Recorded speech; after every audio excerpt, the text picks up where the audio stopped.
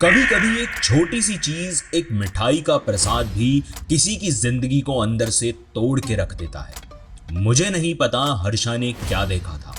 मैंने तो बस एक घर किराए पे दिया था, लेकिन उस दिन के बाद सब कुछ बदल सा गया।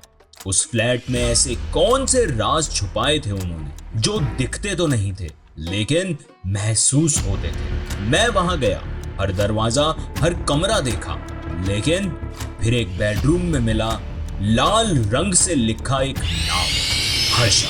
उस नाम के पास रखी थी एक काली कुटिया, जैसे किसी ने उसे कैद किया हो। और फिर एक रात हर्षा ने फोन पे सिर्फ इतना कहा, रमाकांत, रमाकांत, कोई औरत मुझे बुला रही है। वहीं से सब शुरू हुआ, या हो सकता है वहीं सब खत्म हो गया।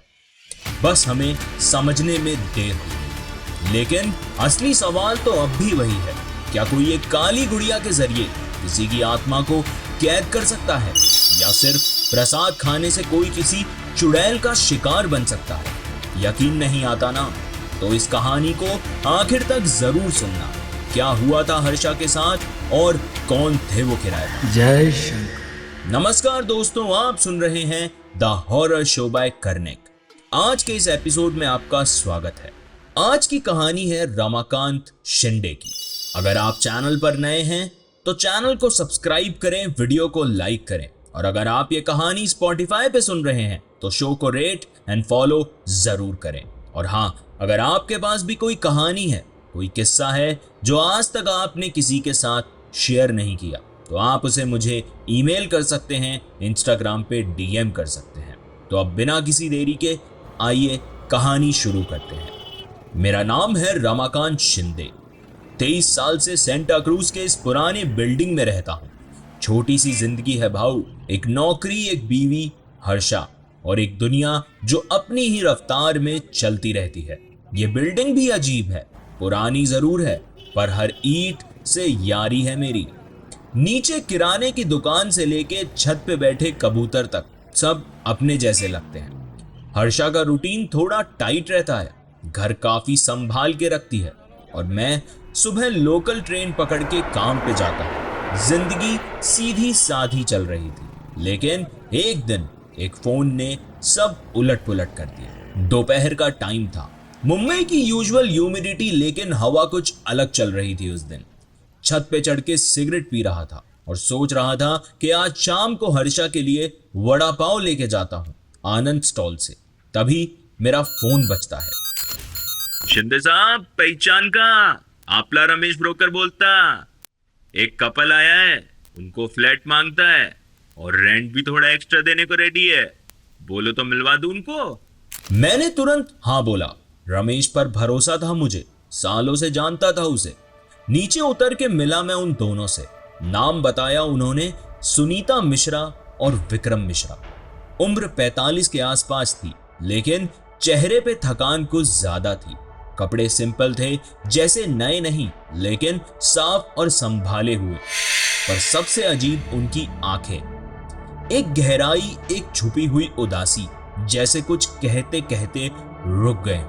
मुझे लगा ये कपल कुछ तो छुपा रहा है, पर क्या? तब सुनीता ने मुझसे बात करना शुरू की। दादा, हम कानपुर के हैं, सब पीछे छोड़ आए। बंबई में नया धंधा जमान है, बस एक छत मिल जाती तो बहुत मेहरबानी हो जाती। विक्रम ने थोड़ा मुस्कुरा के बोला, देखिए सेठ, हमका बस एक छत चाहिए, बाकी सब महादेव देख ली। मैंने बिल्डिंग दिखाई उन्हें।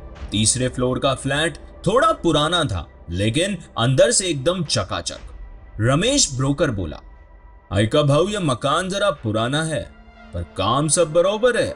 बाजू वाले भी मस्त हैं। एक बात है, बिल्डिंग में थोड़ा रूल रेगुलेशन फॉलो करना मांगता है।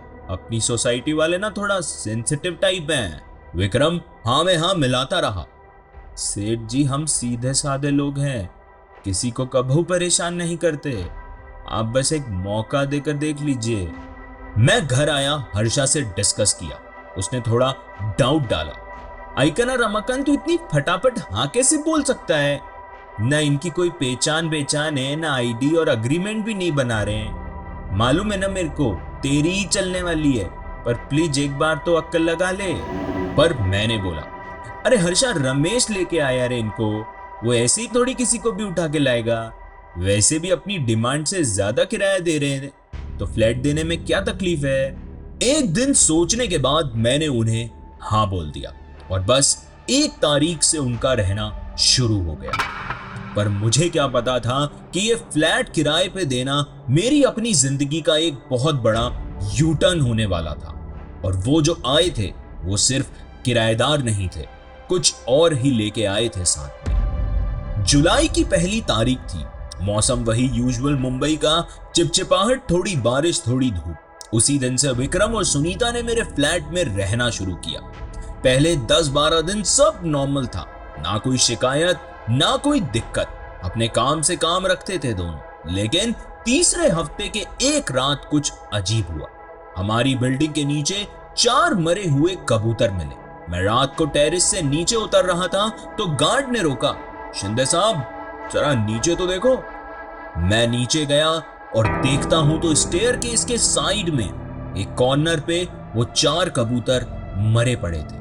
और अजीब बात ये थी कि वो बस पड़े हुए थे, ना किसी जानवर ने मारा था, ना कोई खून का निशान था।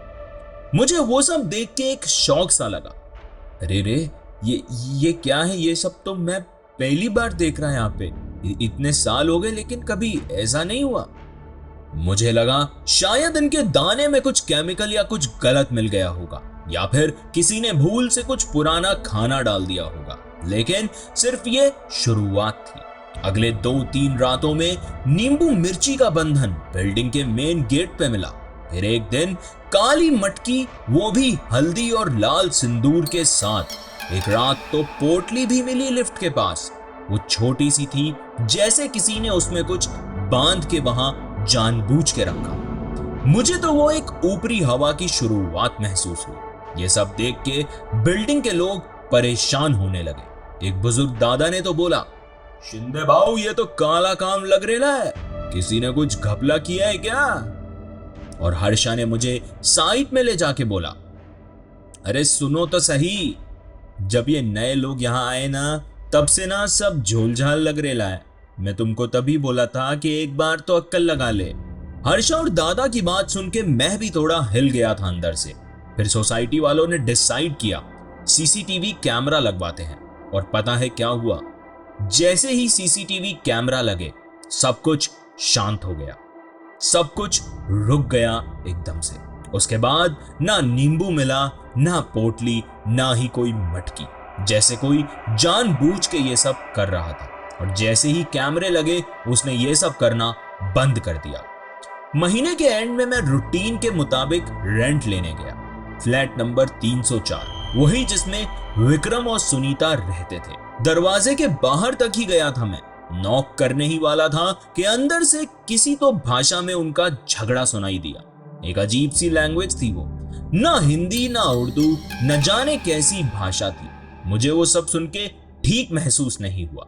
बीच बीच में विक्रम चिल्ला रहा था और सुनीता हल्की रोती सी आवाज में कुछ तो भी बोल रही थी। और उस फ्लैट से एक गंदी सी बदबू भी आ रही थी, सड़ी हुई, जैसे मांस सड़ रहा हो। मैं एक कदम पीछे हटा, सोचा शायद कुछ मीट बना रहे होंगे या फिर फ्रीजर में कुछ पुराना पड़ा होगा। और बिना दरवाजा नॉक किए मैं वापस चला गया। 2 दिन बाद पार्किंग में विक्रम मिला। ना कोई हेलो ना बात, बस एक डब्बा पकड़ा दिया। प्रसाद है दादा, मंदिर से लेकर आए हैं, बोला और निकल गया। मैं वो डब्बा घर ले आया, हर्षा को दे दिया वो प्रसाद। उसने भी कुछ नहीं बोला, बस रख दिया फ्रिज में।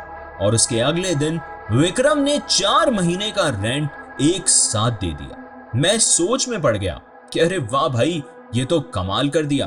पर अगले ही पल एक थॉट मेरे दिमाग में आया, लेकिन ये अचानक 4 महीने का रेंट देने का मतलब क्या है? पहला किराएदार देखा है मैंने तो ऐसा। और उस रात मुझे नींद नहीं आई। कुछ तो था जो नॉर्मल नहीं था। तभी रात का वक्त था, शायद 1:30 या 2 बज रहे होंगे। हर्षा ने मुझे जगा दिया। रमाकांत, तुमने काई सुना का? अरे काई जाला हर्षा, क्या हुआ बोलना। चीख कोनी तारी चिल्लाया था ना, कान के पास जैसे कोई चिल्लाया हो। मैंने भी देखा कि मेरे हाथ ठंडे हो रखे थे और मुझे लग रहा था जैसे दरवाजे के पीछे कोई खड़ा हो, बस सांस ले रहा हो। लेकिन मैंने हिम्मत की, चादर हटाई और दरवाजा खोला। घर में सब ठीक था, लेकिन एक अजीब सी ठंडी हवा जैसे छाती के अंदर तक घुस जाए, वो मुझे महसूस हो रही थी। फिर वो चीख दोबारा गूंजी। इस बार बिल्डिंग के छत की तरफ से आई थी, ऐसी चीख जिसे किसी को जिंदा जला दिया हो। मैं बाहर जाके बालकनी से देखा और मेरी तरह बिल्डिंग के और लोग भी अपनी अपनी बालकनियों में निकल आए थे। सबके चेहरे पे एक ही सवाल था, आखिर ये चीख किसकी थी? पर एक घर का दरवाजा नहीं खुला था। फ्लैट नंबर 304, विक्रम और सुनीता का घर। उनका घर पूरी तरह बंद था, ना रोशनी, ना आवाज, ना कोई हरकत, जैसे वहां कोई था ही नहीं। अगले दिन सुबह बिल्डिंग के 3 लोग मेरे घर आ गए, तिवारी जी, मिसेस दलाल और मनोज भाई। तिवारी जी मुझे बोलते हैं, शिंदे जी, हम सब तुमको समझदार मानते थे, तुमने बिना विचार ले, बिना सोसाइटी का अप्रूवल लिए उनको फ्लैट कैसे दे डाला?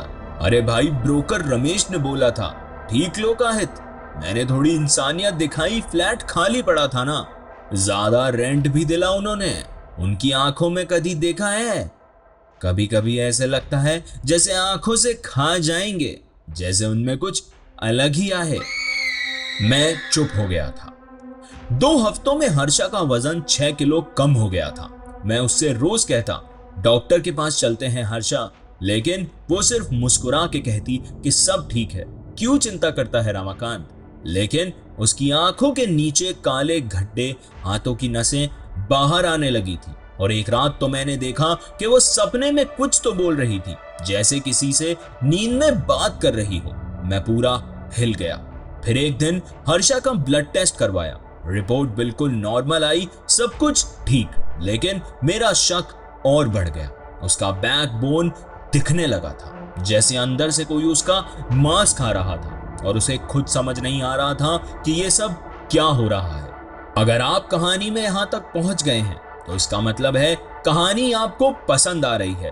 तो वीडियो को लाइक करें, चैनल को सब्सक्राइब करें, और हाँ, अगर आपके पास भी कोई कहानी है तो उसे मेरे साथ शेयर करना ना भूलें। मैं घर के हर कोने में गंगा जल, कपूर सब कुछ छिड़कने लगा था, लेकिन अंदर ही अंदर मैं समझ गया था यह सब विक्रम और सुनीता के आने के बाद ही शुरू हुआ है।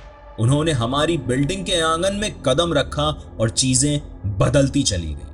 अगली सुबह मैंने फैसला ले लिया था कि अब बात करनी ही पड़ेगी। चीख, हर्षा की हेल्थ, लोगों का शक और मेरी अपनी आंखों से देखे कुछ पल, सब कुछ मेरे दिमाग में काली परछाई की तरह फैल चुका था। और उस परछाई के पीछे क्या था वो मुझे देखना था।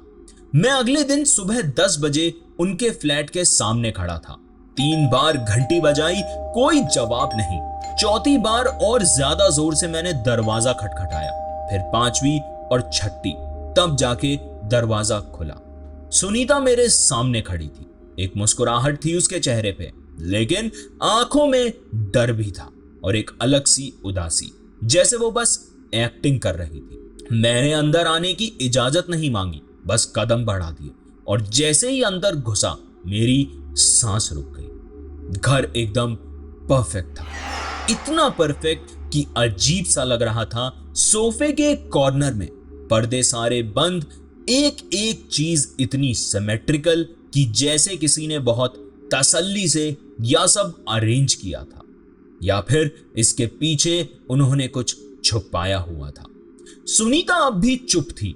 मैंने सीधा उससे सवाल पूछा, कल रात की वो चीख किसकी थी सुनीता? सुनीता का चेहरा एकदम से सफेद हो गया, जैसे किसी ने उसके चेहरे का रंग खींच लिया। उसके होंठ हिल भी नहीं रहे थे, बस उसकी आंखें मुझे घूरे जा रही थी। मैंने देखा उसने चप्पल गलत पहनी थी, यानी कि उल्टे पैरों में पहनी थी, और वो भी बिना रियलाइज किए चल रही थी। 1 सेकंड के लिए लगा जैसे वो चल भी नहीं रही है या किसी और ने उसके पैरों को चलाया हो। मैंने एक हल्का सा झटका महसूस किया। तभी मेरी नजर शेल्फ पे गई। एक काली माला रखी थी वहां, पुरानी जले हुए धागे जैसी, और उस माला के आसपास भस्म जैसा कुछ गिरा हुआ था, जैसे किसी ने ये जगह पूजा के लिए नहीं, किसी काली क्रिया के लिए तैयार की हो। मैंने फिर एक और सवाल पूछा, अग्रीमेंट का क्या हुआ भाई? 1 महीना हो गया, अभी तक पेपर्स नहीं आए। सुनीता ने एक पल के लिए मेरी तरफ देखा और फिर बिना कुछ बोले सीधा बेडरूम के अंदर चली गई और दरवाजा धड़ से बंद कर दिया। विक्रम उस वक्त किचन से निकल कर आया। उसका हाथ कान के पास था, जैसे मोबाइल पकड़ रखा हो या फिर किसी से बात कर रहा हो, लेकिन कोई मोबाइल था ही नहीं। मैं देख रहा था, हर जेस्चर एबनॉर्मल लग रहा था। और फिर वो मुस्कुराया और बोला, सेठ जी, अग्रीमेंट का फाइल बस बन रहा है, अभी हमको 2-4 दिन और दे दियो, सब निपटा देंगे। लेकिन अब मैं उसकी आंखों में देख रहा था, वो मुस्कुराहट एक मास्क थी। वो मास्क के पीछे क्या था वो उसकी आंखों में दिख रहा था। मैं वहां से जाने लगा, लेकिन लास्ट बार मुझे सुनीता के बेडरूम के दरवाजे की तरफ देखना था। दरवाजा अब भी बंद था, लेकिन मुझे एक आवाज आई थी, बिल्कुल धीमी, जैसे कोई अंदर से बोल रहा हो या फिर रो रहा हो। एक ही सेंटेंस बार बार, मत बोल, मत बोल, मत बोल। मैं निकल गया, लेकिन अब मेरा शक यकीन में बदल चुका था। ये लोग कुछ तो छुपा रहे थे, और वो सिर्फ एक राज नहीं, वो कुछ और ही था। वो रात बहुत अजीब थी, पता नहीं क्यों, लेकिन दिल में एक बेचैनी सी मची थी। घर में सब सो गए थे, लेकिन मुझे नींद नहीं आ रही थी। हर्षा का चेहरा दिमाग में घूम रहा था, उसकी आंखें, उसकी बातें, सब कुछ घूम रही थी।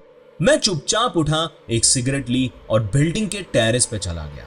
ऊपर हल्का अंधेरा था, मगर छत पे आती हवा में एक अजीब सी ठंडक थी। सिगरेट जलाई और रेलिंग के पास जाके खड़ा हो गया। बस 2 कश लिए थे मैंने, फिर मेरी नजर छत के कोने में पड़ी। एक बड़ा सा त्रिपाल पड़ा था वहां पे, पीला, पुराना और मिट्टी से भरा। मैंने सोचा, ये यहां कैसे आया? बिल्डिंग में तो कोई सामान स्टोर नहीं करता टेरेस पे। क्यूरोसिटी के मारे मैं आगे बढ़ा, त्रिपाल थोड़ा ऊपर उठाया। पहले तो कुछ नहीं देखा, फिर एक झटके में त्रिपाल हटा दिया। मैंने जो देखा, उस मोमेंट पे मेरे दिल ने जैसे धड़कना ही बंद कर दिया था। छत के एक कोने में एक घेरा बना हुआ था, जैसे किसी ने कोई काले जादू का रिचुअल किया हो। जमीन पर काले रंग से कुछ चिन्ह बनाए गए थे, बीच में छोटी छोटी काली गुड़ियां रखी थी, सब एक साथ बैठी थी। एक तरफ एक चिड़िया के पंख थे, जैसे किसी ने जिंदा पकड़ के फाड़ दिए, और एक कोने में खून के पुराने दाग सूख गए थे, लेकिन बदबू अभी भी आ रही थी। मेरे हाथ से सिगरेट गिर गई। मैं सीधे नीचे भागा, बिना किसी को जगाए। मैंने पहला काम यह किया कि नीचे बिल्डिंग के ग्रुप में मैसेज डाला कि टेरेस पे कुछ मिला है, सबको आके देखना चाहिए, इमरजेंसी है। 15-20 मिनट में सब लोग आ गए। तिवारी जी, डिकोस्टा आंटी, दलाल आंटी, भूपेश भाई, सब लोग टेरेस पे आ गए। मैंने सबको टेरेस का वो कोना दिखाया। जैसे ही उन्होंने देखा, एकदम से खामोशी छा गई। कोई कुछ बोल ही नहीं पाया। सबकी आंखें एक चीज देख रही थी, वो घेरा, वो गुड़िया और वो खून। डिकोस्टा आंटी ने अपने कान पे हाथ रख के बोला, अरे ये तो वो काला काम लगता है बाबा, ये किसने किया हो सकता है? उसी वक्त किसी ने पूछा कि सुनीता और विक्रम दिख नहीं रहे, सुबह से किसी ने देखा है उन्हें? मैं तुरंत उनकी बेल बजाने गया। फ्लैट बंद था, लॉक भी नहीं था, लेकिन दरवाजा अंदर से बंद था। मैं समझ गया कि कुछ तो बहुत गलत हो रहा है। मैंने विक्रम को कॉल किए, रिंगटोन गई, लेकिन कोई रेस्पॉन्स नहीं आया। 1 बार, 2 बार, 3 बार, वो पिक ही नहीं कर रहा था। मुझे एक डिसीजन लेना ही था। मैंने सबके सामने कहा कि अगर कल तक ये लोग सामने नहीं आए तो हम डायरेक्ट पुलिस कंप्लेंट करेगा। सब लोग अग्री हुए। मैं वापस फ्लैट में आया। हर्षा रूम में चुपचाप लेटी थी। उसका चेहरा तो अब और भी ज्यादा सूजा हुआ लग रहा था। उसके पैरों में दर्द होने लगा था और उसने कुछ नहीं खाया था 2 दिन से। डॉक्टर से फिर कंसल्ट किया, टेस्ट रिपोर्ट नॉर्मल, हर चीज नॉर्मल, लेकिन हर्षा नॉर्मल नहीं थी। जैसे उसके अंदर कुछ छिपा हुआ था जो उसकी बॉडी को अंदर से चबा रहा था। एक पल के लिए मुझे लगा कि जैसे वो किसी और इंसान की परछाई बन गई है और टेरिस पे मिला हुआ घेरा उसकी वजह मुझे मिल गई थी। लेकिन मैं क्या करता? क्या ये सब उस विक्रम और सुनीता की वजह से हो रहा था? क्या वो लोग इंसान भी थे? ये सवाल मेरे जहन में चक्कर काट रहा था और जवाब किसी के पास नहीं था।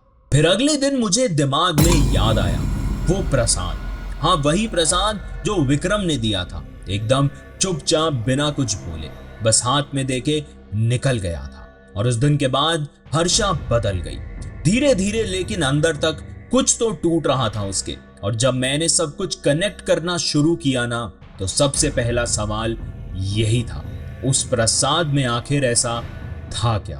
अगले दिन सुबह मैं चुपचाप निकल गया। हर्षा सो रही थी, क्या शायद उठ नहीं पाई थी। मेरी नजर उसके उतरे हुए चेहरे पे पड़ी, आंखें नीचे धसी हुई जैसे कोई अंदर से उसकी रूह निगल रहा था। मेरे पास उनके फ्लैट की डुप्लीकेट चाबी थी। मैं सीधा उनके फ्लैट गया। गेट बंद था, लॉक लगा था, लेकिन कुछ अजीब सी खामोशी छाई थी बिल्डिंग में। वो टिपिकल मुंबई वाली चहल पहल की आवाज, बिल्डिंग की बालकनी से बच्चों की चीख पुकार, सब कुछ गायब था, जैसे टाइम रुक गया। मैंने ताला खोला, दरवाजा धक्के से खोला और अंदर जो देखा ना, तो मेरी रीढ़ की हड्डी ठंडी। फ्लैट एकदम सुनहरा, क्लीन, जैसे कोई होटल का रूम हो। हर चीज अपनी जगह पे सेट थी, लेकिन वो परफेक्टनेस भी कुछ अजीब सी थी, जैसे सब कुछ फीका था। फिर मैं धीरे से बेडरूम की तरफ गया और तब मेरी सांसें फटी रह गई। बेडरूम के बीचों बीच एक और काला घेरा बना हुआ था, बिल्कुल वैसा ही जैसा हमने टेरेस पे देखा था। जमीन पे कुछ सिंबल्स बने थे, जैसे किसी ने कुछ एंशिएंट भाषा में लिखा हो, और उस घेरे के अंदर न जाने ढेर सारे नाम लिखे थे, लाल रंग से, जैसे खून से लिखा हो। और उसमें सबसे बड़ा नाम था मेरी पत्नी का, हर्षा। हाँ, मेरी पत्नी का नाम। उसके बिल्कुल आसपास एक छोटी सी काली गुड़िया रखी थी, रस्सी से बंधी हुई। उसके कपड़े फटे हुए, आंखें फूली हुई, जैसे किसी ने उसमें किसी की रूह बंद कर दी हो। मैं हिल गया था, लिटरली पैरों के नीचे से जमीन खिसक गई थी। मुझे कुछ समझ नहीं आया तो बिना सोचे समझे सीधा ब्रोकर को कॉल किया। पांडे भाई, तुरंत तू बिल्डिंग में आ जा, विक्रम और सुनीता के फ्लैट पे।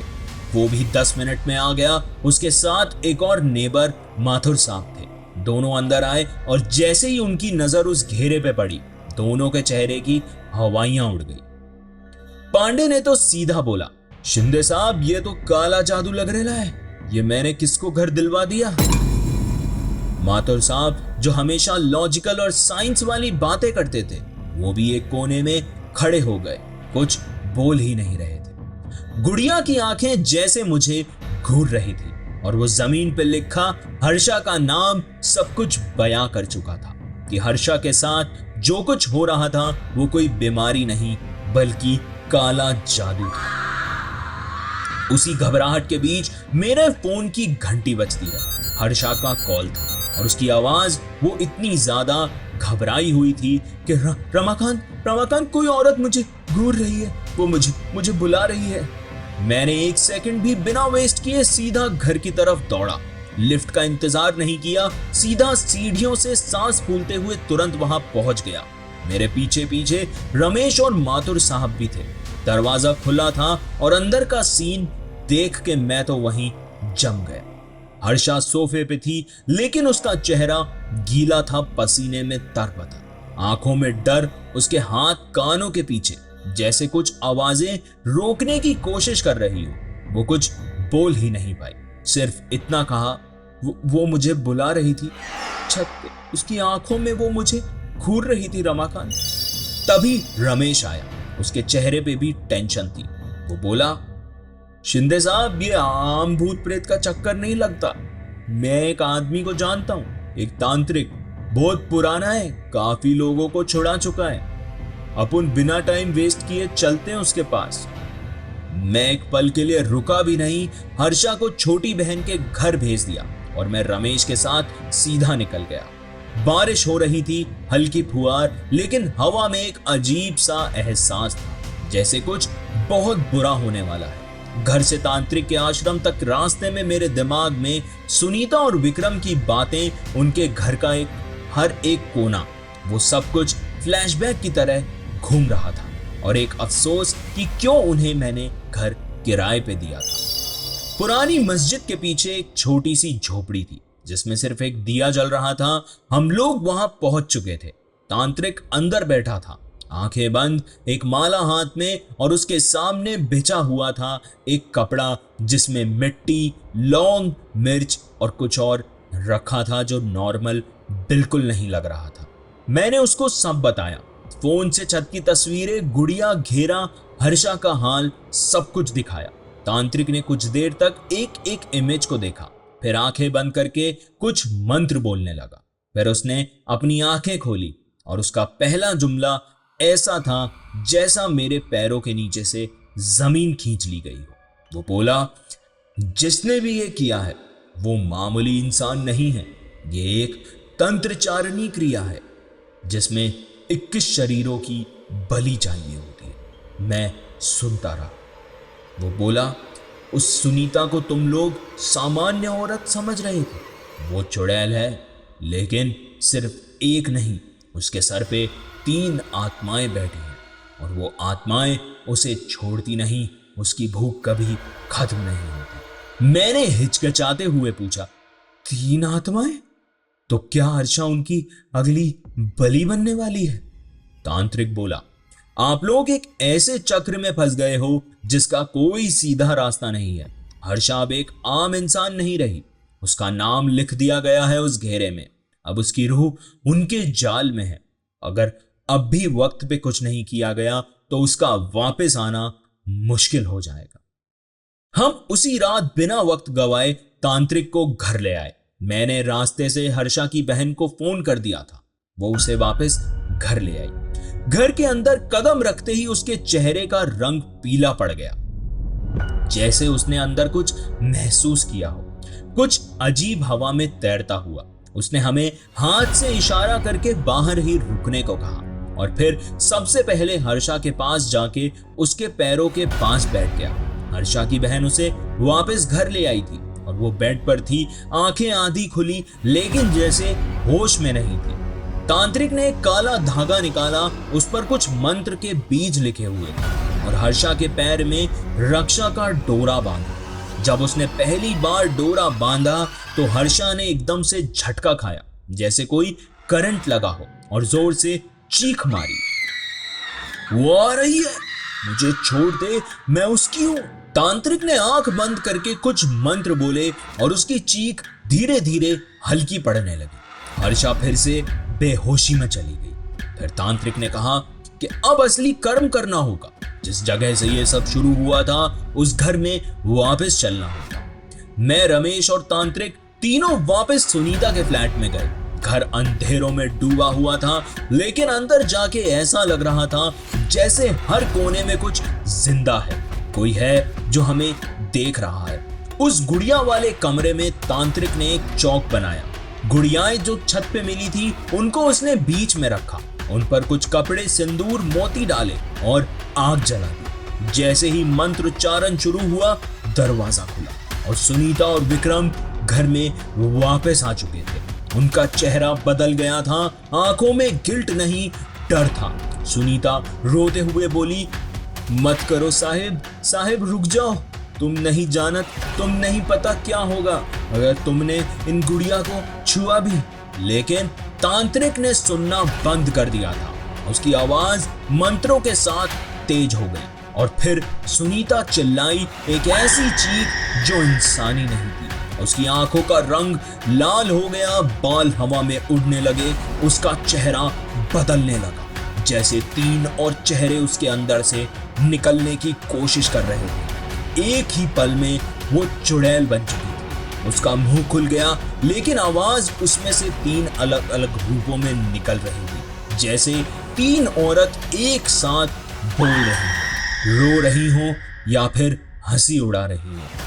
तांत्रिक ने अग्नि तेज कर दी, लाल मिर्च जलने लगी, हवन कुंड से धुआं छाने लगा। 40 मिनट तक सिर्फ मंत्र, चीखे, हवा और आग उस कमरे में थी और फिर एक चीख गूंजी तांत्रिक और सुनीता दोनों की एक साथ और फिर सब कुछ शांत हो गया। हवन कुंड बुझ गया, सुनीता और विक्रम गायब हो गए जैसे कभी थे ही नहीं। उनकी एक फोटो तक नहीं बची। तांत्रिक ने बस इतना कहा, काम पूरा हुआ, लेकिन याद रखना ऐसी चुड़ैल का असर जल्दी खत्म नहीं होगा। आज 13 साल हो गए इस बात को। मैंने वो फ्लैट तो बेच दिया था और खुद भी अब किसी और सोसाइटी में रहता हूं। हर्षा अब ठीक है, शांत है, नॉर्मल जिंदगी जी रही है। लेकिन रात में कभी कभी जब मैं उससे बात करता हूं तो मैं देखता हूं उसकी आंखें सीधा एक कोने की तरफ देख रही होती हैं। एक ही कोना, हर बार वही कोना। मैं उससे पूछता हूं, क्या वहां कुछ है? वो कुछ नहीं बोलती, बस देखती रहती है एक अजीब मुस्कान के साथ। और मैं जानता हूं सुनीता गई नहीं, सिर्फ चुप हो गई है। उस किराएदार का असर शायद अब भी खत्म नहीं हुआ। ये थी कहानी रमाकांत शिंदे की। कभी कभी कुछ घरों में लोग नहीं, उनकी यादें रह जाती हैं और कुछ फ्लैट सिर्फ रेंट पर नहीं, राज पर भी चढ़ाए जाते हैं। रमाकांत शिंदे का वो दूसरा फ्लैट भी एक ऐसा ही राज था जिसे रमाकांत जी ने समझा तो सही, लेकिन शायद कभी पूरी तरह सुलझा नहीं पाए। उनकी वाइफ हर्षा अब ठीक है, नॉर्मल है, लेकिन उनकी आंखें आज भी रात के एक हिस्से में एक ही जगह रुक जाती हैं। अगर आपको लगता है कि ये सिर्फ एक कहानी थी तो एक बार फिर सोचिए, क्योंकि कुछ कहानियां खत्म होने के बाद भी अपना साया वहीं छोड़ जाती हैं। अगर आप ये कहानी स्पॉटिफाई पे सुन रहे थे तो शो को रेट एंड फॉलो करना ना भूलें, और अगर आप YouTube पर देख रहे थे तो लाइक, कमेंट एंड सब्सक्राइब जरूर करें, क्योंकि ऐसी कहानियां और भी आएंगी और शायद आपके आसपास से ही आएंगी। और हाँ, अगर आपके साथ भी कोई ऐसी सच्चाई या अजीब घटना हुई हो जो कहानी बन सकती है तो मुझे जरूर भेजिए thehorrorshow@karnik@gmail.com पर। ईमेल आपकी स्क्रीन पर भी है, या फिर आप मुझे अपनी कहानी इंस्टाग्राम पर DM भी कर सकते हैं। आपकी कहानी अगला एपिसोड बन सकती है। आज की कहानी को इत्मीनान से सुनने के लिए दिल से शुक्रिया। मिलता हूं अगले हफ्ते एक और नई कहानी के साथ। तब तक डर से दोस्ती बनाए रखें, क्योंकि कहानियां खत्म हो जाती हैं लेकिन किस्से नहीं। धन्यवाद। आप सुन रहे थे the horror show by Kernig.